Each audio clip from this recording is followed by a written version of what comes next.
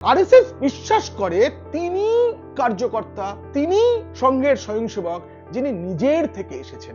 আপনারা শুনলে আশ্চর্য হবেন যে আরএসএস এর যেসব ট্রেনিং হয়, প্রশিক্ষণ হয়, সেখানে যারা প্রশিক্ষণ নিতে যাচ্ছেন তাদের টাকা দিতে হয়, আর যারা প্রশিক্ষণ দেবেন, সংঘের কাজকর্ম শেখাবেন, তাদেরও টাকা দিতে হয়। আবার সংঘের ভাষায় বলা হয় প্রবন্ধক, মানে যারা ধরুন ওখানে গিয়ে শৌচাগার নির্মাণ, সেটা পরিষ্কার করা, রান্না বান্না করা, এইসব কাজ করার জন্যই প্রশিক্ষণ কেন্দ্রে যান, তাদেরও শুল্ক বা টাকা দিতে হয়। নিজের খরচ নিজেকে করতে হয়।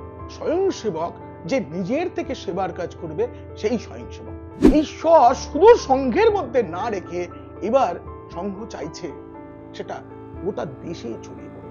এই স্বয়ের মধ্যেই রয়েছে স্বাভিমান, আত্মনির্ভর ভারতের কথা।